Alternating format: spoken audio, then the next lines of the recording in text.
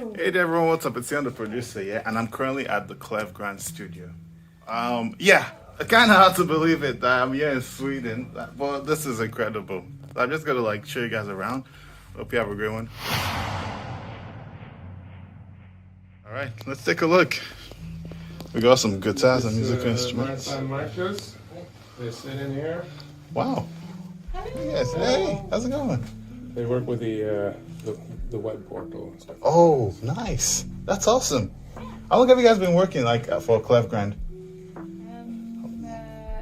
2 years. Okay. Yes. That's awesome.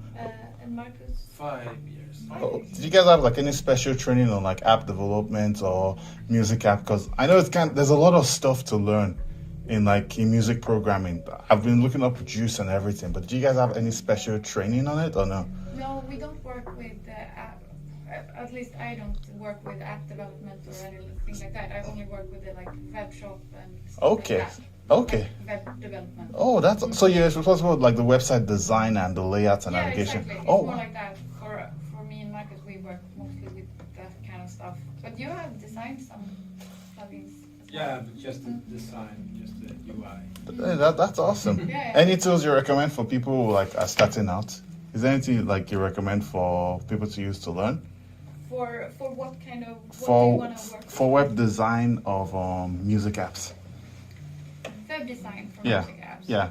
Well, just simple HTML, CSS, and JavaScript. Yeah, there's that's- there's a lot of web audio APIs you can use as well, stuff that is you can create web apps that when you can connect to media as well and do stuff with that. So use the web audio API. Is that exclusively for Apple?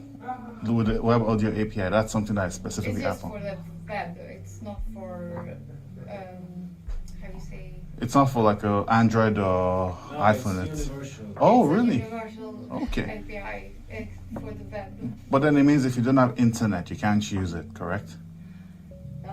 Yeah, exactly. It's something you need to be connected To the internet. Okay. Exactly. Tone.js. Mhm. Tone.js. Mm-hmm. There's a lot of Okej. Ja, alltså var 9 år sedan. you can try to create simple. If you just want to try it out, Yeah. Vad gör du här? they have a lot of Templates. yeah. Okay. So you can easily Like customize it and then you can go from there. exactly. So Okay. that's just basically. So it's a third-party library. I see. Yeah. So start with a third-party library, make something that looks similar to what you want, and then you can just get going from there. It's the code is easier to use, I think. So, but you can check out on YouTube. Just create a synthesizer with Tone.js, and you will get a lot of. So hits, Tone.js would give. and you can get going. Okay. And yeah, You know, I'll look into that. yeah, it's a great start. Awesome. Yeah. So I noticed you guys have a lot of MIDI controllers. Do you have every single MIDI controllers to kind of test it to see how it works with your web API? No, that's more the people next Ah. in the next room. Okay. Yeah, That's into hardware exactly. and the underlying logic of the music apps, Yeah. the hardcore developers. I in see. The next room. Okay. So interesting. We've only done some small projects that is with web apps, for instance, I can show you. We did Yeah, show the Volvo. yeah, we can. Yeah, let me know when you're ready. Sorry, I'm recording it. That's it. Okay, alright. Okay, this is for a project we did for Volvo. Is it already out? Yeah. Okay. So you guys did this for Volvo. Yes, and it's a sequencer where you can play beats. Oh, wow. You can, I love the UI. Who did this? it's car sounds. Yeah. So this is a honk. And there's different patterns. You can turn up the one. Hey. And you can disc it. Oh, damn, that is cool. Yeah, and you can have delay. Wow. Yeah, kind of cool. Okay. So, Hey, hey, hey, hey, hey, You know. hey. Kind of cool. So, question about web apps, and this is good that I'm asking you guys since you develop it. Yeah. So there have been a lot of cool web API apps, but the problem is after a few years, I can no longer access them because and I wonder why somebody puts so much effort into making an app that only lasts for such a short period of time. Like with mobile apps, I can download it and I can keep them on the device. With web apps, it's a bit different because it's like once it's gone, it's gone. And I can't access it, and it feels, I don't know. Is there any way to preserve a web app so you can use it again? Because else I'd be using a lot more web API stuff. That's always been the main reason why I never really got into the web portion of it. Because it would be nice to use this app here, this app here, this app here. That's the amazing part about it. But then let's say, for example, Apple puts an update that this plugin doesn't work, or this thing is no longer compatible because of a security issue. Then it's that feature is lost. And I've had a few things like that have gone just like that. What would you recommend? I'm not sure I get the question. So the question is for a lot of people are hesitant to jump into web apps because of those problems. Yeah. Well, that's another problem with the web. Yeah. Yeah. That it's Constantly changing. yes, it's constantly changing. There's a lot of Flash. Do you remember Flash? Exactly. Flash no longer exists. Yeah. Yeah. And there's lots of great Flash apps Yeah. that you no longer can use. Yeah. Yes. A lot Yeah. of great games. Exactly. So, yeah. Yeah. Feels like sometimes there's not much you can do because the technique has changed and you need people that support it and Yeah. I don't know if this answers your question, but a lot of startups create new apps and stuff, and then they They fizzle. disappear, Yeah, exactly. and there's no one to support it anymore. Exactly. For instance, we have old things that we have had to discontinue because we cannot. Support it. Yeah. Yeah. It would cost too much resources to do. And I think that's with a lot of things. I guess in the mean, it's just when it exists, grab all the sounds, do all the cool stuff, save it in audio, and then that way. Exactly, because you can preserve it yourself. Yes. Exactly, but you won't have anyone that can Take it away from you. Exactly. Yeah, that makes sense. But no, that's awesome. Thanks so much. So Tone.js was where you guys start, where you it's a good place to start with if you're trying to develop this stuff. Yeah. Okay. I think JavaScript is one of the most newbie friendly languages. Yeah. If you want to develop stuff and get going. What about the UI element? Because this is gorgeous. What do you guys use? This is it's basically I got a design from Stefan, which you met. Yeah. Yeah. And also sorry, this is Sebastian. I think this is the other guy that designed. It's fine, but yeah. We did two different projects with Volvo. The other one Stefan designed. Okay. But so I got a template but then you need to some things are with designers they're can we do this? But some things are not possible. When you try to do it in practice because of the technical limitations or it's just not feasible. Some stuff is really tricky to get as pretty as a design. Makes sense. But okay, so this is basically CSS. Yes. No, it's SAS, I think. But yeah, it's basically the same. Okay. Well, that's awesome. Thanks so much. Yeah. Thanks so much. I appreciate it. Yeah. So what do you guys do for fun other than code? Music and reading books and cooking. That's a good combo. Yeah. How about you? Yeah, music, dogs. Dogs. Good answer. All right, thanks so much. Really appreciate your time. I'll let you guys work. Thanks. Okay, back to it. So, what got you into music app development, and what tools would you recommend now? Like, what would you say would be the skills if somebody wanted to make an app on Windows or Mac? Because for me, I see a lot of like Juice articles, and I follow a few tutorials and stuff. But then what I make doesn't seem to translate into like the real life, because it's like, oh, I do this thing, I do this project, it's running great, but it doesn't seem to be like that cool project I want to make. For me, we are also using Juice for our development, but it's a lot about the team.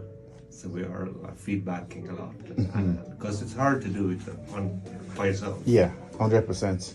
And then, I don't know, it's like trial and error, and it takes time to like have it feel right. Exactly. So you say the magic of Klevgrand is the team that works on it and how they translate their ideas into code. Yeah, sort of. I mean, we're working, it's a bit different how we do. Quite often it starts with code, and then we like discover some funny thing we can do, and then we try to like say it true. So how do you guys, like, let's say you have a project you want to take from start to finish? Is it that, okay, we want to make this thing, like I want to make Brusfri, like for example, which is a really successful app. That's an amazing app. Is it like, okay, yeah, I want to reduce the noise in this thing, let's start making this thing? Or is it just come out of a need? That thing just came out of a discussion that me and Johan, another developer, had about how it could be done, which it was like just technical, and then we tried, didn't work, and then tried a bit more, and suddenly it's like, hey, it's working. So it's more like that. Quite often that it's like from a technical standpoint. Yes. Okay. What about like an app like Juicy and Santa Juicy? You know, the one that with Santa Claus that goes, hey, hey. I know. How did that one come about?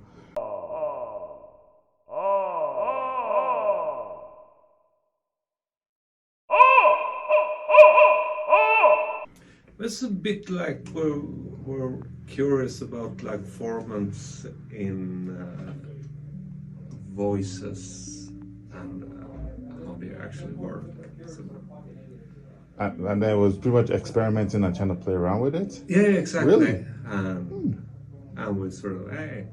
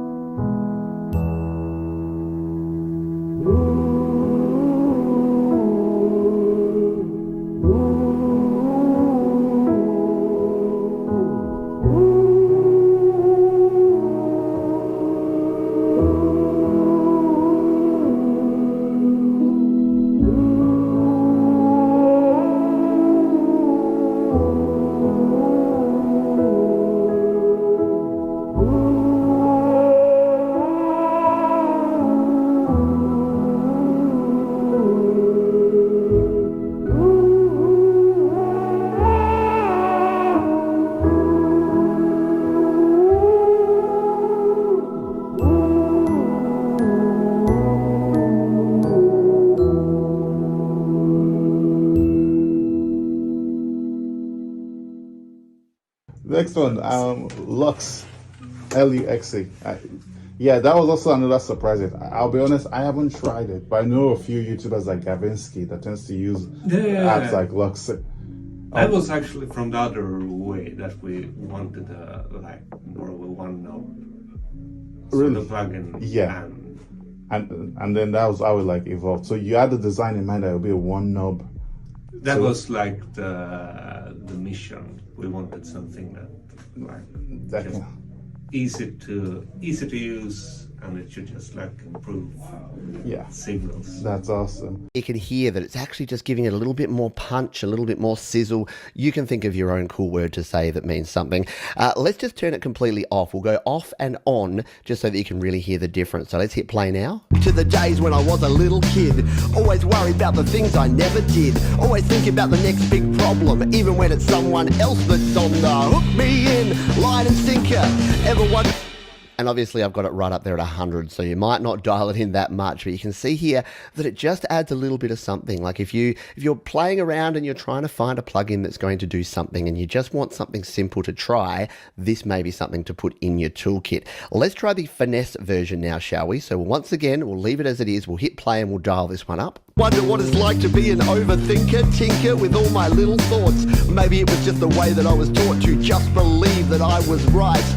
So I actually like that. Now, what Klevgrand say is that that's just they've used different frequency responses and other technical things that I don't completely understand, but it's just a slightly different algorithm that they're using there. It's going to give you a different sound. So far, so good. On the drums, I think this is packing a pretty good punch. Let's move on and take a look at it on some other instruments. Okay. So wait, like I'm noticing, we've been talking about a few apps. Is it that you guys set a timeline, like, okay, we've got this number of months to make an app, let's get this thing done? Or does it just evolve as an, okay, we have this few projects we want to work on, let's split off into teams based on specialization? Because it's a lot of projects you guys are undertaking, and even maintaining it sounds like a headache. Yeah, sometimes it is. Yeah. And we usually have like a timeline for projects. It's also quite often that the project evolves during the process, and then it's like, hey, this is suddenly getting a lot bigger, so we need a lot more time. Yeah, yeah. Quite But rare to have it the other way, though. yeah, I know. Okay, so walk me through your setup here, because I noticed the keyboard. Yeah, I noticed the synthesizer. That looks like that's an App Odyssey. Yeah.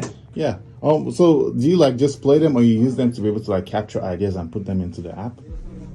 I sometimes it's mostly when I get bored. That's awesome. And also it's important to use The tools that you make and see how they work real time for like musicians and all. exactly. That's true. So I try to make music once in a while, but it's not as often as I wish. I know. When you get caught up with work and projects, it takes a lot more time than you'd like. I'll be honest, that's what got me into the iPad style of production, because I can't always carry my music gear with me. But I can always take my phone and my iPad and just like come up with ideas. Which is why like an app like Brusfri or an app like Luxe, I don't use Luxe, but an app like Santa Juicy, all those kind of apps that it makes it easier for me to do the work. Because let's say I'm outside and I have a really clean microphone, I can just like quickly clean it up and I'm like, okay, this recording is good. Yeah. Or I want to like get my guitar signals to be cleaner, because you've got like the raw signal that's coming in, because it's not a very expensive setup with all the filtering. Yeah, something like this was really useful. So I guess for me, it's me saying thanks again for developing the app. Really appreciate it. Yeah, awesome. All right, I'll end the video right now. So one of the most bizarre buildings is Here you have, what do we say, like Stadsvapen in Sweden. You see the 3 crowns, 10 kronor. This is a landmark yeah, for Stockholm and for Sweden. wow.